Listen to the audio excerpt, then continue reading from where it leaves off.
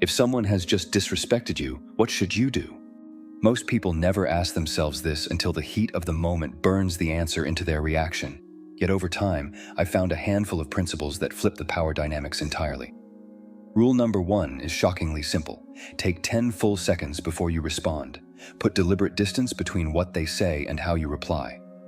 Why 10 seconds specifically? Because when someone disrespects you, they're fishing for a reaction. Anger, fear, pleading, anything that hands them instant control. Your greatest strength is refusing to give them this automatic reaction. Stay silent long enough to make it uncomfortable, then calmly, quietly indicate that their remark is beneath your standards. Watch closely as the energy shifts. Instead of finding the sparring partner they expected, your attacker now confronts a wall of calm indifference, forcing them to realize their punches landed nowhere. But understanding disrespect means first examining its mechanics. Disrespect rarely announces itself clearly. Instead, it slips subtly into interactions, through eye rolls, dismissive sighs, or phrases like, "You wouldn't understand." This microaggression aims to diminish your value, provoke immediate defensiveness, and then feed off your reaction. But the driving force behind disrespect is urgency. Cut this urgency by responding slowly, deliberately, or not at all, and you dismantle the aggressor's power. In these 10 seconds, the social context shifts dramatically. Spectators notice how the aggressor's words linger awkwardly without a reaction, and attention swiftly turns to the disrespectful person's insecurity rather than your supposed inadequacy. Neuroscience confirms this power of pause. When confronted by disrespect, the brain's amygdala, the fight or flight center, activates instantly, while the rational prefrontal cortex needs several moments longer to engage. Your 10-second pause allows for heart rates and cortisol levels to stabilize, breathing to normalize, and rational thought processes to reboot. By waiting, you give your mind time to elevate above the immediate emotional trigger, allowing you to reclaim control of your reaction. Silence, far from showing weakness, indicates deep inner strength and strategic intelligence. Let's consider an ordinary workplace scenario. Imagine you're at your Monday morning meeting when your colleague, Jordan, walks in late and casually remarks, "Oh, our detail-oriented person finally showed up on time." Everyone chuckles. Your instinct might be to respond with sarcasm or irritation, but instead, you pause deliberately, count to 10, then reply with measured calm, "I prefer punctuality out of respect for everyone's schedule. Shall we proceed?" Jordan suddenly finds himself awkwardly exposed. He had tried labeling you as uptight, but you reframed it as professional respect. Within moments, he stumbles nervously over his own points. By calmly reframing, you shift the energy, flipping the aggressor's intent and revealing the hidden power dynamics at play. Beyond the 10-second rule, 3 practical tools help manage disrespect. First is the altitude question. Ask yourself, at what altitude do I want my response to fly? A low-level response feeds the conflict. A high-level response clarifies your values and integrity. Choose the higher altitude. Second is clear boundary language. Statements like, "That's not an acceptable way to communicate," or "I won't engage at this level." Assert your standards rather than just defending your ego. Third is the exit option. Removing yourself from a toxic situation isn't defeat, it's maintaining emotional quality control. Clearly state, "Let's revisit this when our conversation can be constructive." If this content is making sense to you, click the subscribe button and subscribe to the channel. Thank you for your support. Yet there are situations where silence alone is insufficient. Structural disrespect, persistent bullying, overt discrimination, or chronic verbal abuse requires a stronger, sustained approach. Here, the strategy is document, escalate, and possibly replace your environment. Keep records of the disrespectful incidents, noting dates, times, witnesses, and details. Escalate these facts to HR or trusted authorities. Finally, if the environment consistently rewards disrespect, it might be necessary to leave. Silence can manage isolated moments. Systemic disrespect requires deeper change. Curiously, we often tolerate internal disrespect we wouldn't accept externally. Inner dialogue, negative self-talk like, "I'm so stupid," requires the same management as external disrespect. Apply the 10-second rule internally as well. Pause when your inner critic speaks, then replace criticism with constructive compassion. "That wasn't perfect, but here's how I can improve." Inner gravity must precede external control. At this point, Niccolò Machiavelli's theories on power and perception become particularly striking. According to Machiavelli, in both political and social arenas, what truly matters is not reality itself, but the management of appearances. People judge by what they see and not by what they touch, he writes, suggesting that people act based on impressions rather than truth. Therefore, directly responding to disrespect may appear justified on the surface, but it is actually a form of losing control. Reactivity, the outward display of anger, renders you passive. For Machiavelli, the most powerful individual is the one who plays by the rules of the game while keeping their emotions hidden. From this perspective, Machiavelli's concept of silence is not merely a strategic pause, but a form of perception management. Silence is not an empty space, it is a potential threat. When you remain silent, the other person cannot read your boundaries, intentions, or reactions. This ambiguity makes them uneasy and insecure. As Machiavelli writes in The Prince, men fear punishment more when they are uncertain of when it will come. Silence, then, becomes not the sign of punishment itself, but its ever-present possibility. Moreover, Machiavelli advises waiting patiently for your opponent to reveal their intentions, during which time they are more likely to make strategic errors. This mirrors what modern psychology refers to as reactive openness. When someone becomes emotionally activated, their brain becomes prone to mistakes. By remaining silent, you're not just maintaining your own composure, you're increasing the likelihood that the other party will lose theirs. This is one of the most potent forms of manipulation Machiavelli recommends, not controlling your own emotions, but mastering the emotions of others. Modern leadership theories also confirm Machiavelli's insight. According to an article in Harvard Business Review, one of the most crucial moves for leaders during a crisis is to choose silence first, because that silence communicates not panic, but deliberation. In this sense, silence is not just an emotional tactic, it becomes a social signal. For Machiavelli, power is not something physically held, but something constructed in the eyes of others, and that construction often takes place through restraint in speech and clarity in posture. This is why Machiavelli's notion of strategic silence applies not only to leadership, but also to personal dignity and boundary setting. In today's culture, openly expressing all emotions is often mistaken for authenticity, but Machiavelli views such openness as a signal of weakness. People define you not just by what you say, but by what you choose not to say. Silence, measured and intentional, becomes your truest signature. History offers powerful examples of calmly confronting disrespect. Consider Frederick Douglass, the famous abolitionist. During a speech, a heckler shouted, "You're nothing but a runaway slave." Douglass paused a moment, then responded evenly, "Yes, sir, and yet here I stand addressing free men, including you. What does that make me now?" His calm reframing immediately shifted the disrespect back onto the aggressor. Such historical precedents show the timeless effectiveness of thoughtful silence and composed dignity. Strengthening your disrespect response muscle requires deliberate practice. Perform micro-drills by regularly pausing and consciously breathing for 10 seconds, even in trivial moments. After any conflict, reflect briefly in a journal about the effectiveness of your pause. Practice mock scenarios with friends to rehearse boundary language. This deliberate training embeds emotional control deep within your behavioral reflexes. Disrespect in relationships, family, romantic partners, or authority figures can feel especially painful because emotional ties are at stake. Here, silence must carry warmth. Maintain eye contact, breathe calmly, and communicate non-verbally. "I'm not abandoning you, I'm rejecting this method of interaction." With authority figures, anchor your response in shared values. Our workplace emphasizes respectful communication. I'd appreciate aligning with that. This appeals to common standards rather than personal grievances. Mistakes will happen. Sometimes you'll respond angrily, losing composure. Recovery from this isn't about self-blame, but modeling respectful behavior.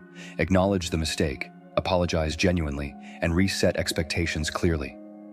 Earlier, I reacted inappropriately. I'd like to clarify my intended response now. Recovering respectfully can teach others more than never losing composure in the first place. Visualize a common scenario. You're waiting in line at airport security. Early in the morning, an impatient man pushes past an elderly woman muttering, "Move it, Grandma." Anger immediately rushes through you, but instead of an impulsive reaction, you pause silently, counting deliberately. Then you calmly address him, "Please respect everyone's place in line." Turning gently to the elderly woman, you ask, "Would you like to step ahead of me?" Without anger or insults, you've set clear standards and restored dignity to the situation. The disrespectful person, expecting confrontation, instead finds himself isolated by the quiet moral clarity of your response. Remarkably, mastering your responses to disrespect creates a surprising social dividend: magnetism. People naturally gravitate toward those who maintain composure under provocation. Your presence begins to broadcast clarity. My time and energy are carefully managed. Approach respectfully or stay away. Workplace projects run more smoothly. Personal relationships deepen, and even potential adversaries begin to offer grudging respect. Your composed silence translates into social capital.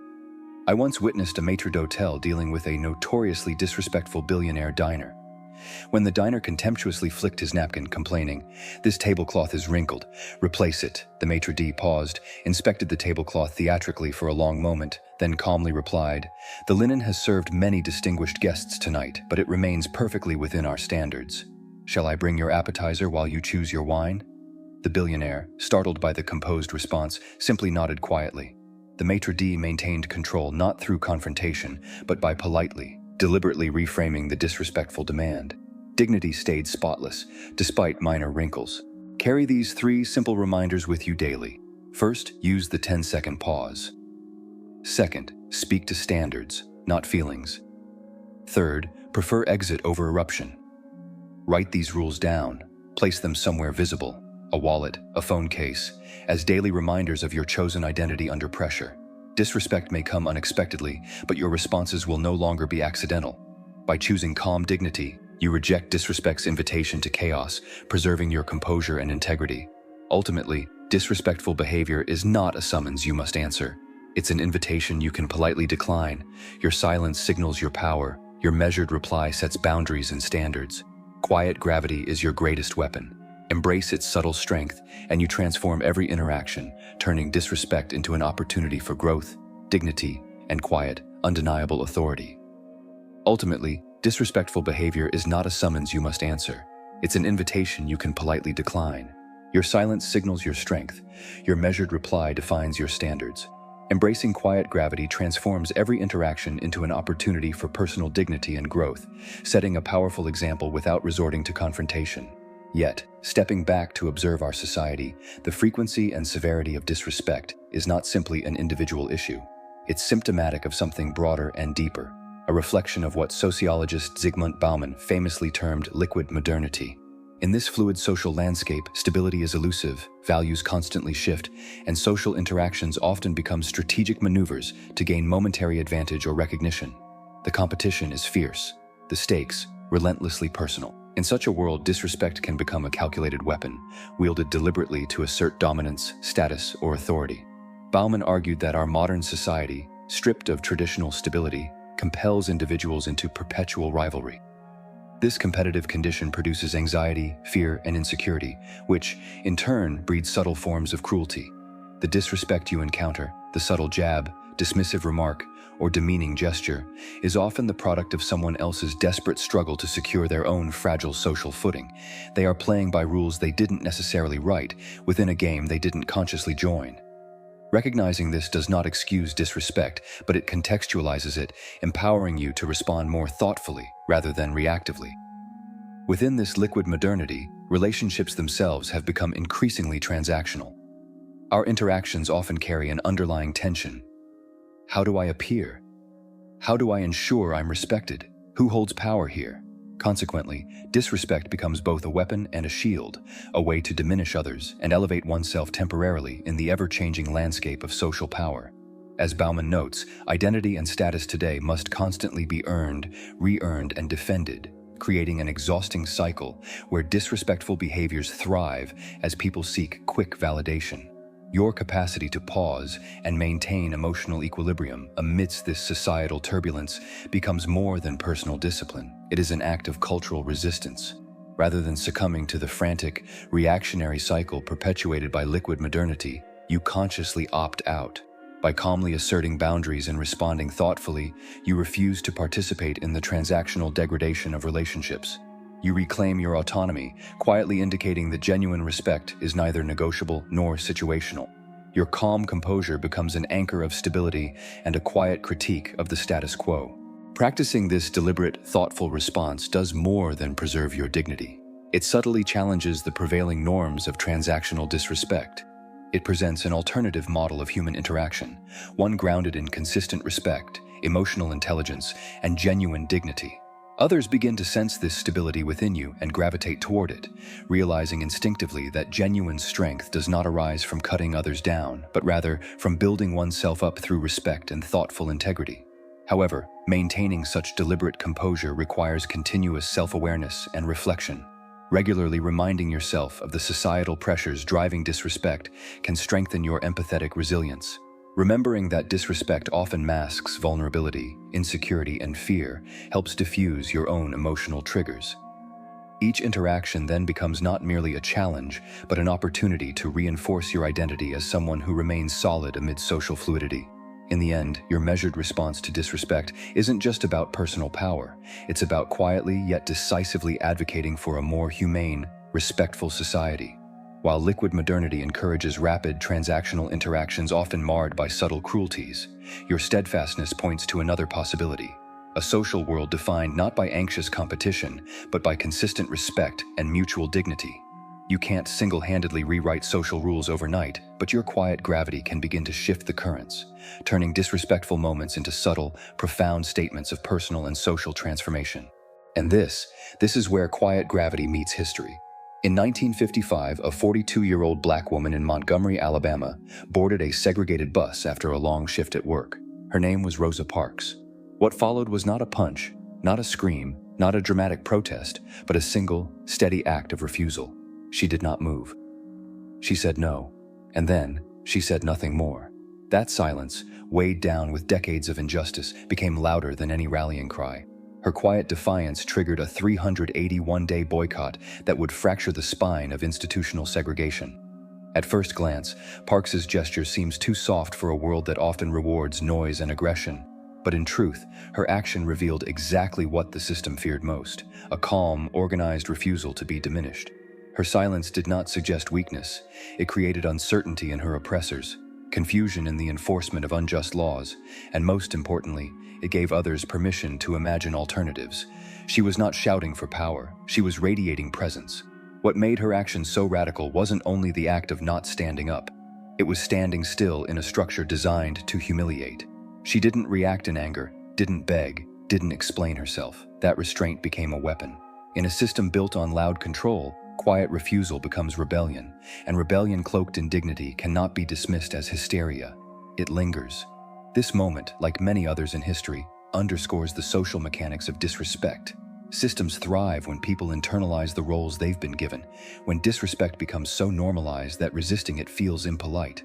The bus wasn't just a vehicle, it was a hierarchy on wheels, and the driver, like many gatekeepers of power, mistook obedience for consent. What Rosa Parks showed was that silence could unmake this illusion, that refusing to play the game rewrote the rules. Sociologist Pierre Bourdieu would later call this kind of resistance a refusal to participate in symbolic violence, the subtle, everyday ways power asserts itself, not through brute force, but through expectation. Parks broke this expectation by doing nothing, deliberately, visibly, and with great emotional discipline. She didn't disrupt the system with volume. She sabotaged it by denying it her compliance. And isn't that the very definition of quiet gravity? The ability to shift power not by force, but by presence, not by lashing out, but by staying planted. Her stillness pulled people in, her silence magnetized support, and the bus, that moving monument to state-sanctioned hierarchy, became a shrine to resistance. Today, in our hyper-connected age of instant reactions and manufactured outrage, we underestimate the potency of such restraint. We often assume we must always explain, defend, reply. But Parks reminds us, sometimes the most radical thing you can do is to remain still and force the world to come to terms with your humanity. So the next time disrespect rises, not just from a person, but from a system, a culture, a ritual of normalized dehumanization, remember, you don't owe it your reaction. You owe it your refusal. Your silence, carried with dignity, may not shake the room with sound, but it might bend the walls with pressure. That's not absence, that's presence, that's power, that's quiet gravity. But this kind of stillness doesn't come easily. It requires not only courage, but clarity. Clarity about what you stand for and what you will no longer tolerate. Rosa Parks didn't just say no to a seat on a bus. She said no to a system that had normalized humiliation, no to a structure that demanded her silence while offering her none of its dignity. Her refusal echoed because it was precise. There was no shouting to blur the meaning, no escalation to distract from the core injustice, just the weight of her presence saying, "This ends with me." That level of self-possession, of poised refusal, is deeply threatening to systems built on obedience. Because when one person breaks the rhythm of compliance, others begin to hear the music differently too. A mother watching from her porch, a teenager listening to the radio, a factory worker clocking out, each starts to imagine, "What if I said no too?" In this way, individual silence can rupture collective illusion. Parks's refusal didn't end with her, it activated the dignity in others. It reminded them they had never truly consented. They had only been surviving. And this is what quiet gravity truly does. It doesn't simply challenge the disrespectful action in front of you, it destabilizes the whole ecosystem that allowed it to feel ordinary. When you respond to disrespect not with reactivity but with calm refusal, you're not just protecting your energy. You're declaring that the terms of engagement have changed. You're saying, "I will not perform for your comfort. I will not shrink for your power." In that moment, you are not just resisting, you are redesigning the social terrain. So remember, history does not always shout, it often whispers. And those whispers, uttered in stillness, anchored in dignity, outlast even the loudest tyrannies. You don't have to be the loudest voice in the room to be the most commanding. Sometimes the most seismic shifts begin with someone simply standing still and staying there.